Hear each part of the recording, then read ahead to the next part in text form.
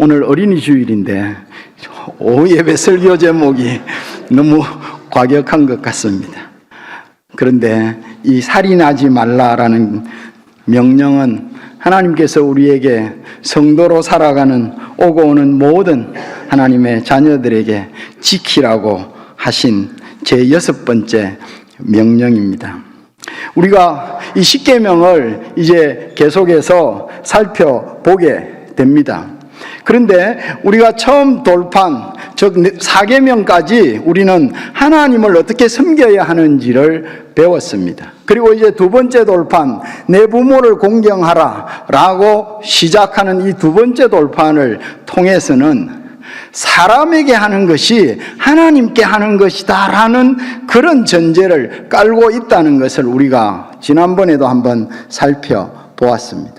즉 성도는 사람에게 하는 것이 하나님에게 하는 것이다. 사람에게 어떻게 하느냐, 그것이 하나님을 어떻게 섬기느냐와 관련되어 있다는 것입니다. 그래서 모든 계명은 하나님과 관련되어 있고 동시에 모든 계명은 결국 사람과 관련되어 있다라는 것입니다. 사실 제5계명 내 부모를 공경하라 라는 말씀도 예수님께서 마가복음 7장 11절부터 13절에 보면 아버지에게 어머니에게 해야 될 일을 하나님께 드림이 되었다 라고 말한다고 해서 그 의무가 벗어지는 것은 아니다라는 것입니다. 오히려 하나님께 했다고 말하면서 하나님의 말씀을 폐하고 또 하나님의 말씀을 거부하는 삶을 살고 있다라고 강조를 하고 있는 것입니다. 하나님을 잘 섬긴다라는 것은 하나님께서 명령하신, 하나님께서 함께하게 하신 부모님과 이웃들을 제대로 섬기는 것과 관련이 되어 있다라는 것을 우리가 꼭 기억을 해야 합니다. 그래서 사람에게 하는 것이 하나님께 하는 것이다. 5계명부터 모든 계명, 나머지 계명을 우리가 생각하면서 사람에게 하는 것이 하나님께 하는 것이다 라는 것을 기억해야 됩니다. 여러분들이 잘 아시는 레미제라블이라는 소설이 있지 않습니까? 빅토르 위고가 쓴 소설입니다. 그것이 한 5권 정도 되죠.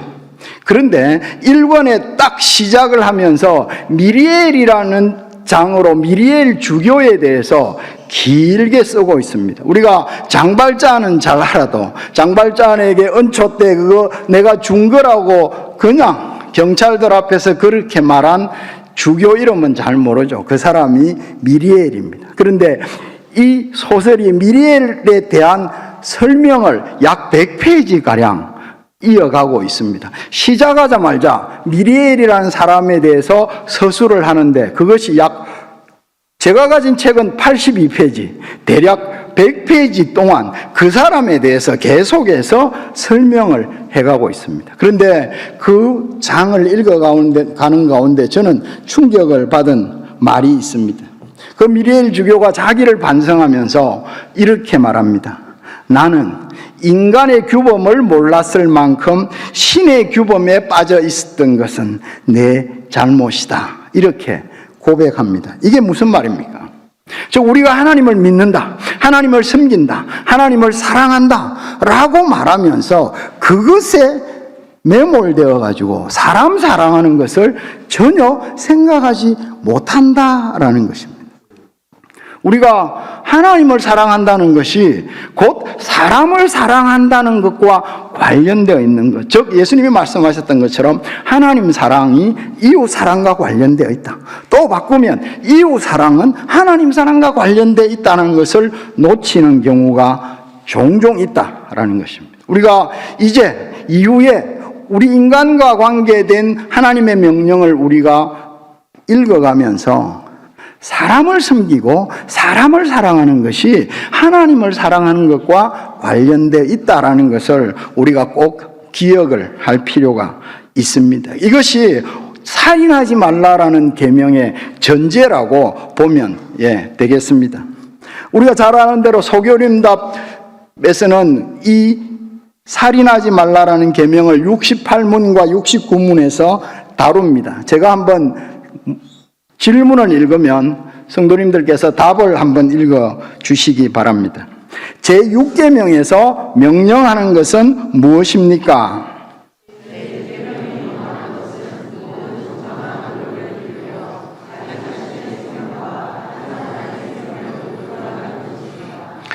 모든 정당한 노력을 기울여서 자신의 생명을 보존하고 다른 사람의 생명을 보존하는 것, 이것이 제6계명을 지키는 것이다 라는 것입니다. 69문, 제6계명에서 금하는 것은 무엇입니까?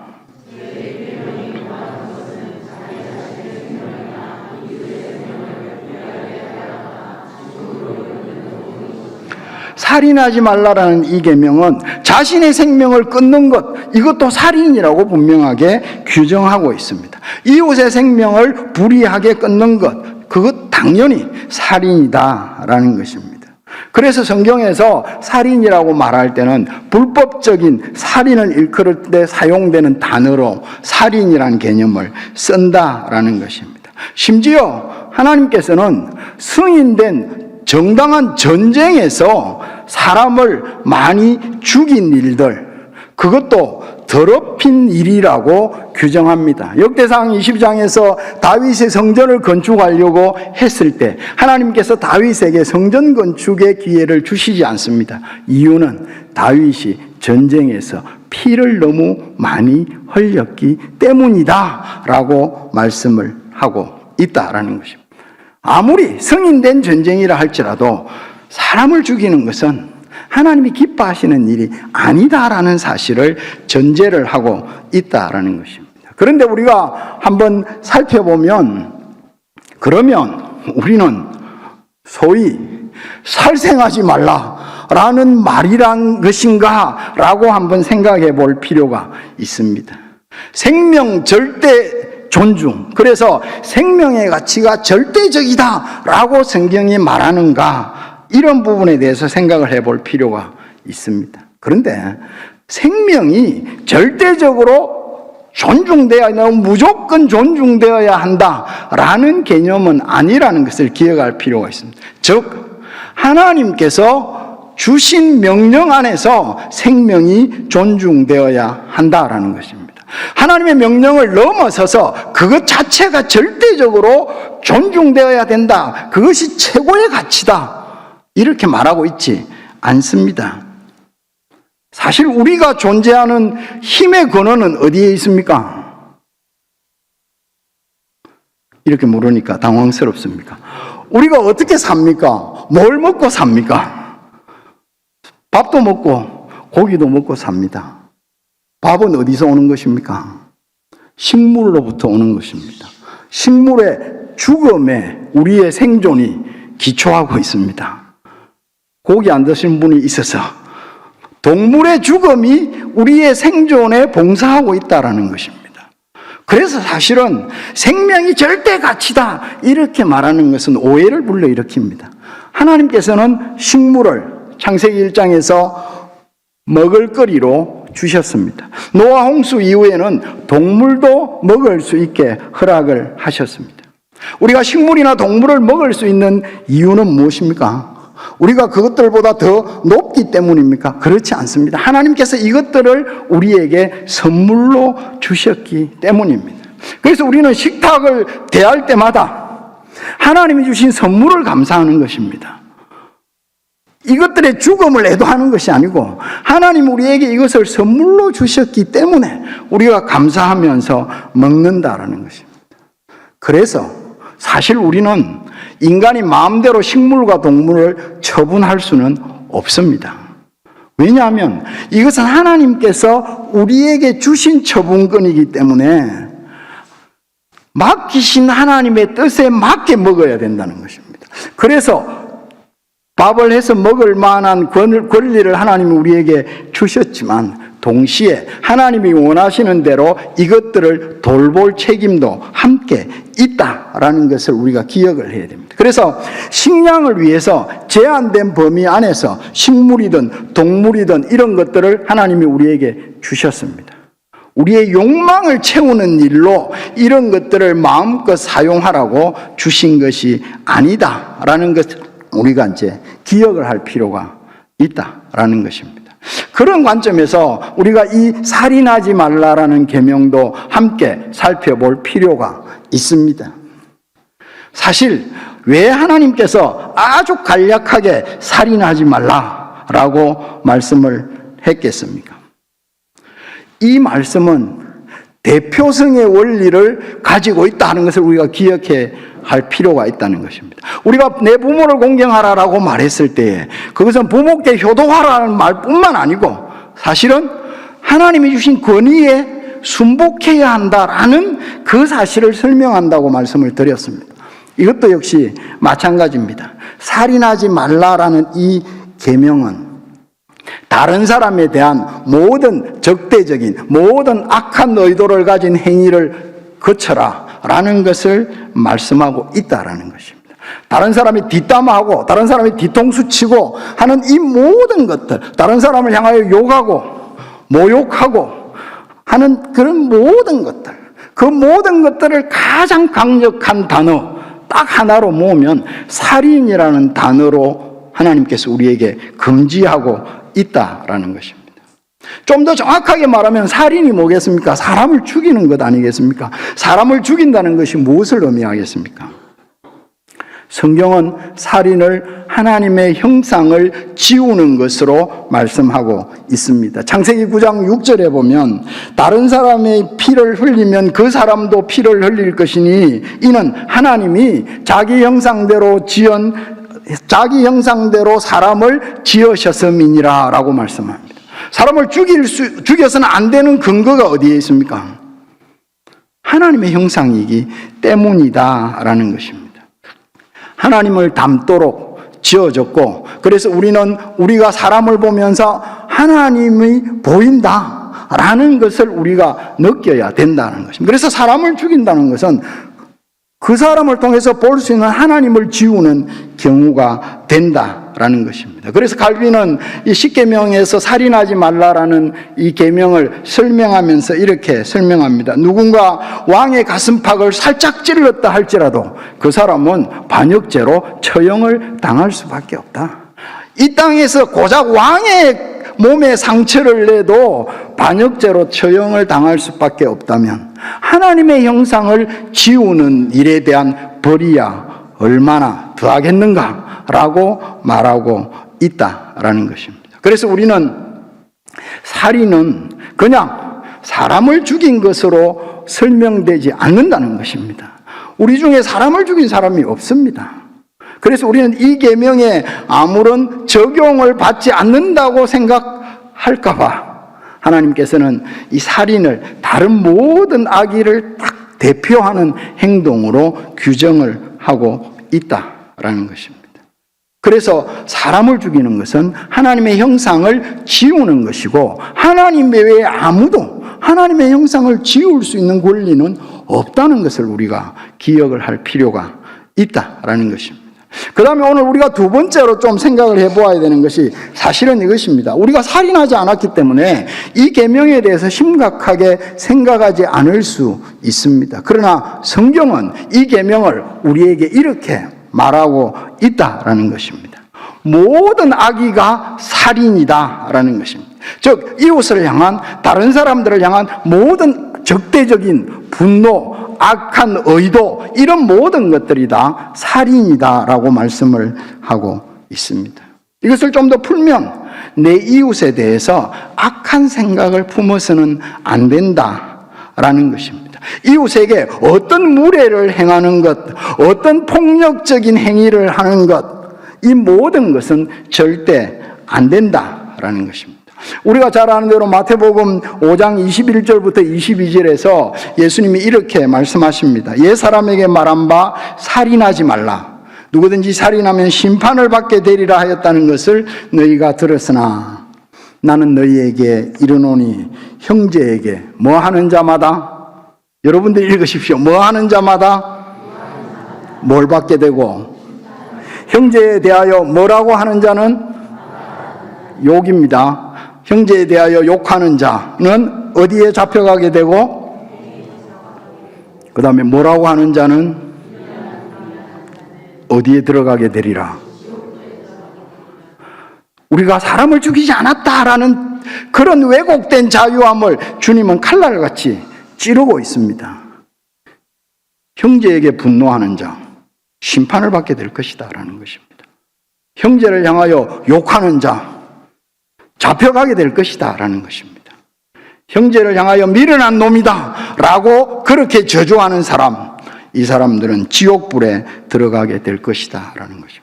우리가 두 번째 이제 생각을 해보면서 이 살인하지 말라라는 이 계명은 우리가 이웃을 향하여 가진 모든 적대적인 모든 악한 의도나 생각이나 행동을 다 살인하지 말라라는 계명에서 담고 있다. 예수님이 그렇게 해석하고 계신다라는 것을 우리가 잊지 말아야 됩니다. 특별히 말 역시 마찬가지입니다. 말은 굉장히 위험한 것입니다. 사실은 어떻게 보면 한 대 맞는 게 낫지, 계속 뒷담화 듣고 뒤에서 계속 모욕하고 조롱하고 비난하면 어떻겠습니까? 그게 얼마나 힘들겠습니까? 그래서 야고보서 3장에 보면 혀는 쉬지 않는 악이요 죽이는 독이 가득한 것이다 라고 그렇게 말씀을 하고 있습니다. 사실 우리 오늘 저녁에 이 살인하지 말라라는 계명을 읽으면서 우리 자신의 언어 습관에 대해서 한번 볼 필요가 있습니다. 요새 친구들이 욕 아니면 말이 안 되는 친구들이 있습니다. 소위 요새 것들 그렇게 생각하지 마십시오. 우리도 마찬가지입니다. 우리도 얼마나 뒷담화를 많이 합니까?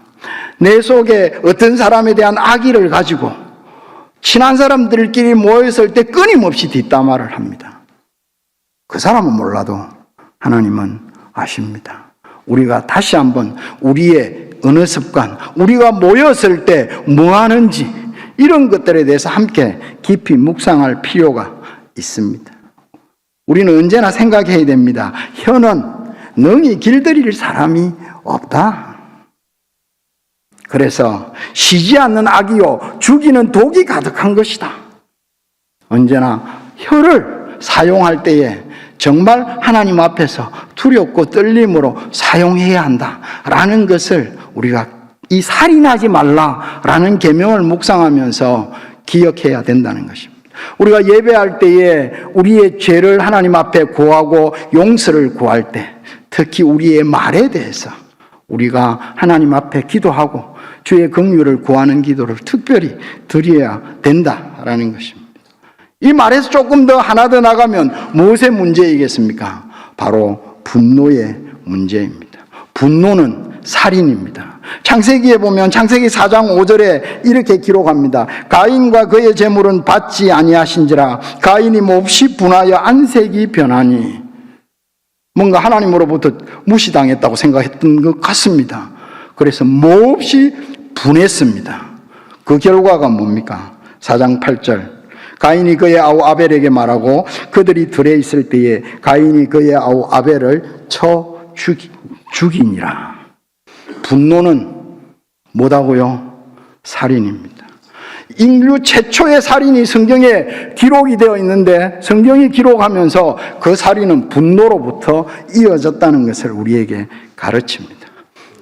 신약에도 마찬가지입니다. 에베소서 4장의 31절부터 32절에 보면 사도는 너희는 모든 악독과 노함과 분냄과 떠드는 것, 비방하는 것, 모든 악의와 함께 버려라 라고 말씀을 합니다. 저는 이 구절을 읽으면서 이런 느낌을 받았습니다. 노함과 분냄, 이것과 반대되는 단어가 뭘까? 서로 친절하게 하며 불쌍히 여기며, 그런데 그 다음 구절에 마음이 쓰이는 것입니다. 노함과 분냄의 반대는 사랑이 아니고, 노함과 분노의 반대는 온유도 아니고, 성경이 말하고 있는 저의 느낌은 노함과 분노의 반대는 뭐라고요? 용서다라는 것입니다. 우리가 이 땅을 살아가면서 분노하지 않을 가능성이 많지 않습니다. 나름 뭔가 하나님의 교회를 위하여, 하나님의 공의를 위하여, 정의를 위하여 열심히 분노할 수 있습니다. 그런데 온유해서 분노를 막을 수 있는 게 아니고, 우리가 이 땅을 살아가면서 분노를 막을 수 있는 방법은 뭐다? 대답하십시오. 뭐다? 예, 용서다라는 것입니다. 그런데 어쨌든 성경은 우리에게 악독, 노함, 분냄을 버려라고 말씀을 합니다. 야고보서 1장에서는 특별히 우리에게 더 강력하게 경고합니다. 우리가 분노하고 우리가 뭔가 거룩을 위해서 저러면 안 되지라고 고함 지를 수 있는데, 그래서 하나님의 뜻이 이루어지는가라는 것입니다. 사람의 성내는 것이 하나님의 의를 이루지 못한다라는 것입니다. 한번 생각을 해봅시다. 물이 끓으면 뭐가 나옵니까? 수증기가 올라옵니다. 그러면 잘 보입니까? 잘 안 보입니다. 마찬가지입니다. 분노가 끓어오르면 영혼의 눈이 멀어지는 것입니다. 그리고 그리스도를 보지 못하게 되는 것입니다. 자기는 선한 이유로 분노했다고 하더라도 분노하면서 선에 대한, 하나님의 뜻에 대한 시야가 좁아지고 결국은 폭력적으로 나타날 수밖에 없다라는 것입니다. 그런데 이 분노를 자세히 한번 살펴보십시오. 왜 분노가 생기겠습니까? 잘 따져보면 내가 상처받아서 분노가 생기는 겁니다. 내가 오해받으니까 분노가 생기는 겁니다. 즉, 형제보다는 내가 더 중요하다라는 것입니다. 제가 자주 말씀드렸지 않습니까? 죄의 철학적 정의가 뭐라고요? 죄의 철학적 정의는 자기 중심성이다라는 것입니다. 죄라는 것이 결국 자신을 위해서 사고 내 기분에 맞추고 내가 원하는 대로 하고 내가 하고 싶은 대로 하는 것, 그것이 죄의 출발이다라는 것입니다. 분노의 특징이 뭡니까? 분노의 특징은 자신과 관련되어 있고 내가 더 소중하기 때문에 일어나는 것이 분노입니다. 그래서 우리는 하나님의 교회를 위해서 한다고 말하면서 사실은 자기를 위해서 하는 겁니다. 하나님의 나라와 자신의 나라를 혼동하는 것입니다. 그러면서 말은 하나님의 교회를 위해서 한다라고 말하는 것입니다. 분노는 엄격하게 말하면 자기 숭배다라는 것입니다. 제가 읽은 책 중에 매혹적인 악독들이라고 있습니다. 악독들이라고. 이게 소위 말하는 중세의 그 7가지 대제에 대해서 다루는데 그 중에 분노를 다루는 장이 있습니다. 거기에 너무 제 마음에 저도 분노할 때 이렇게 한다고 생각을 하는 공감된 글이 있었습니다. 분노란 정의를 사랑하는 마음이 다른 사람들에게 복수하고 상처를 입히려는 욕망으로 변질된 것이다. 어떻게 생각합니까? 사실 출발은 뭔가 정의에 대한 출발을 한 것 같은데 나중에 오히려 복수하고 내가 상대하는 그 사람에게 상처를 입히는 것으로 나타나게 된다라는 것입니다. 그러면서 덧붙입니다. 결국 표현된 모든 분노에 대한 동기는 사실은 뭐다? 정의라고 우긴다, 이 말입니다. 분노하면서 하나님을 위해서 분노했고 공의를 위해서, 정의를 위해서 분노했다라는 것입니다. 아까 레미제라블 이야기를 했지만 거기에 보면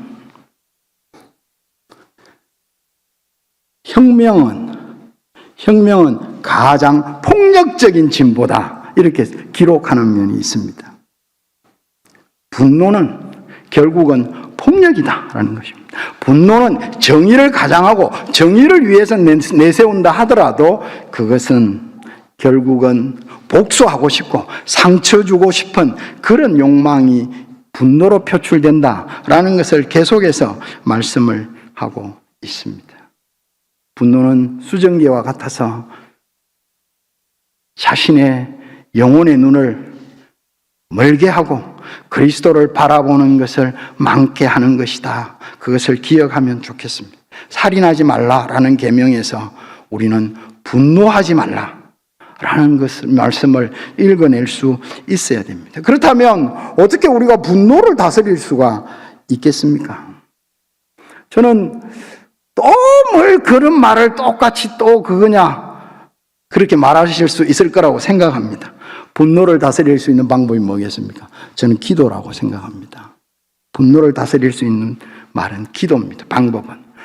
기도가 뭡니까? 기도를 우리가 자꾸 생각할 때 기도는 제가 구해서 받는 것으로 생각합니다. 하나님, 저에게 이런 게 필요합니다. 하나님, 저에게 분노를 다스릴 수 있는 힘을 주십시오. 이렇게 기도한다고 생각합니다. 그렇지 않습니다. 분노를 다스릴 수 있는 기도. 사실은 이 모든 기도의 핵심은 뭡니까? 어떤 상황이나 자신에 대한 통제권을 누구에게 넘기는 것이다? 하나님께 넘기는 것입니다. 이 상황을 내가 통제해야 돼. 그래서 나는 이건 분명히 이래야 된다고 생각해. 왜 말을 안 들어? 라고 소리치고 싶은 그 권한을 누구에게 넘기는 것이다? 하나님. 원래 이 권한은 하나님의 것이었다. 내 마음대로 하고 싶고 내 성질대로 하고 싶은 그것, 그 순간에 나를 다스릴 수 있고 나를 지배하는 것은 내가 아니고 하나님이시다. 그걸 인정하는 것이 기도다라는 것입니다. 그래서 기도하면서 하나님, 이 분노를 다스릴 수 있는 힘을 주십시오. 이렇게 기도하지 마십시오. 오히려 분노가 끓어오를 때 하나님, 이 상황에 대한 주도권은 제가 아니고 하나님이 지셔야 맞죠. 제 자신을 내 마음대로 주장하는 것이 아니고 제 자신은 하나님의 것이니까 하나님이 사용하시는 대로 해야 되죠. 이렇게 하는 기도, 그 기도가 바로 분노를 극복할 수 있는 기도다라는 것입니다. 또한 분노를 극복할 수 있는, 즉 살인하지 않을 수 있는 방법, 그것은 하나님의 뜻은 반드시 이루어진다는 믿음을 가지는 것입니다. 내 시간표가 아니고 누구의 시간표대로? 하나님의 시간표대로 이루어져야 한다라는 믿음을 갖는 것입니다. 그런데 이 시간표라고 생각하면요, 저는 약간 오해할 수 있다고 생각합니다. 우리는 그렇게 말하지 않습니까? 내 때에 이루어져야 된다. 왜 내 때에 이게 안 이루어져? 내가 이루어야지라고 달라들 수 있습니다. 그런데 하나님의 시간표라고 생각하면 우리는 흔히 이런 말을 합니다. 역사가 심판할 것이다. 그렇게 말하지 않습니까? 그런데 성경은 더 멀리 말합니다. 하나님이 꼭 이 땅에서만 하나님의 뜻을 이루어야 될까요? 혹시 하나님께서는 이 땅에서는 하나님의 뜻 안 이루시고 계시다가 영원한 천국이 이루어졌을 때 하나님의 뜻을 이루신다고 생각은 안 하십니까? 어떻게 보면 여기 역사 가면 마침내 하나님의 뜻이 이루어질 것이다. 아니, 그거 넘어서. 그건 예수님 안 믿는 사람들도 그렇게 말합니다. 역사가 심판할 것이다. 그런데 성도는 그 역사를 넘어 영원한 나라에서 하나님의 뜻이 이루어질 것이다. 이런 믿음을 가져야 된다라는 것입니다. 우리 시대에 하나님의 정의가 바르게 이루어지지 않는다 하더라도, 우리 다음 세대에 하나님의 정의가 이루어지지 않는다도 언제까지 하나님 기다려야 됩니까? 라고 기도할 수 있지만, 그러나 하나님은 무덤 너머에서 하나님의 정의가 이루어지게 하실 수 있다. 그럼에도 불구하고 하나님의 뜻은 절대 왜곡되거나 변질되어지지 않고 마침내 이루어져서 하나님의 온전한 뜻이 온 천하에 드러나게 될 것이다. 이런 믿음을 가진다라는 것입니다. 다음 세상에서는 하나님의 뜻이 이루어질 것이다. 이런 믿음을 가질 때 우리는 분노를 다스릴 수가 있을 것입니다. 또한 성도는 예수님을 닮은 사람 아니겠습니까? 저는 계속해서 강조합니다. 믿는다는 것은 따른다는 것이다. 예수님이 어떤 삶을 사셨는가? 예수님의 성품은 뭐였는가라는 것입니다. 예수님의 성품은 온유와 겸손입니다. 고린도서 10장 1절에서 사도 바울은 고린도 교회를 향하여 이렇게 편지합니다. 너희를 대면하면 유순하고 떠나 있으면 너희에 대하여 담대한 나 바울은. 왜냐하면 바울은 안 볼 때는 막 편지 쓸 때는 난리를 치는데 정작 오면 깨갱한다. 이렇게 말하는 고린도 교회 성도들이 있었거든요.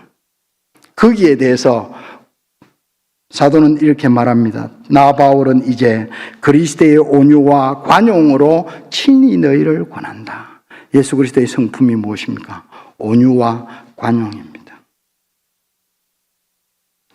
그런 성품을 닮아가는 것, 이것이 성도의 자세다라는 것입니다. 또한 갈라디아서 5장에서 말씀하시고 있는 것처럼 그리스도의 영이신 성령 하나님의 열매, 그 9가지 열매 중에 사실은 2가지가 분노와 관계되어 있습니다.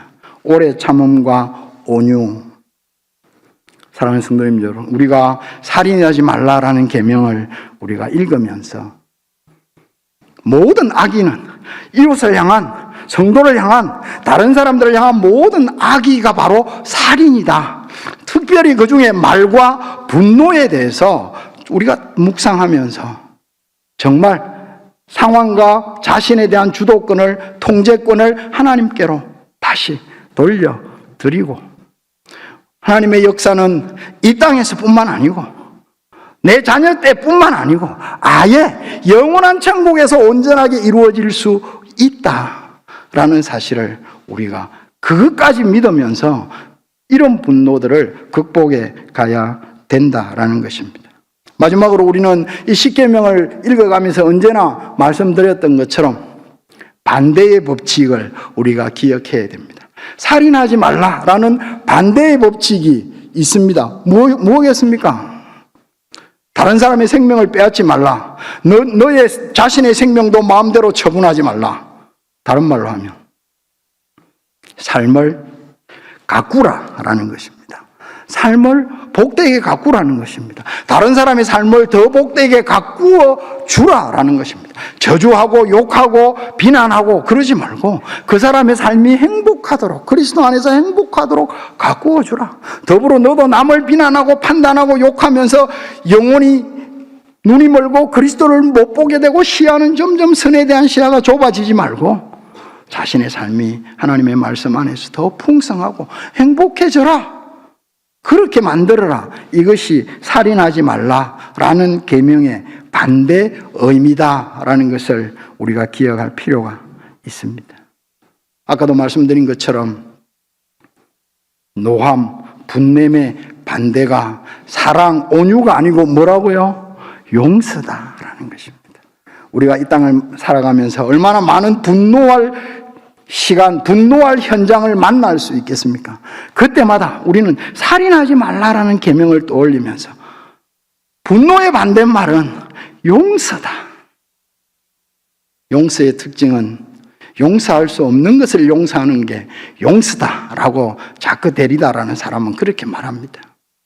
우리가 이 땅에서 그리스도인으로 살아가면서 정말 삶을 즐기고 또 더 적극적으로 다른 사람들을 사랑할 뿐만 아니고 용서하는 삶을 살아갈 필요가 있다라는 것입니다. 그래서 서로 용서하고 사랑하는 삶을 우리가 살아갈 필요가 있다라는 것을 기억을 하면 좋겠습니다. 말씀을 마치겠습니다. 슬라이드는 뭐 했노? 이게 다 중요한 것은 시간 때문입니다.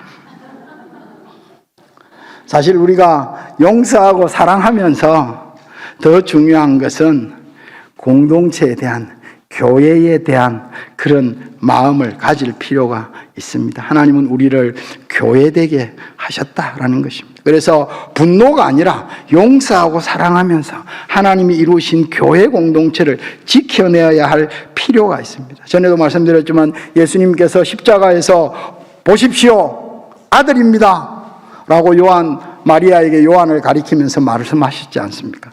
요한을 향하여 봐라, 내 어머니라 라고 말씀하신 것은 나는 죽으니까 요한이여 우리 어머니 잘 모셔라 이 말이 아니라고 말씀드렸습니다. 즉 예수 그리스도는 십자가로 새로운 가족을 만드셨다는 것입니다. 그 새로운 가족이 뭐라고요? 교회다라는 것입니다.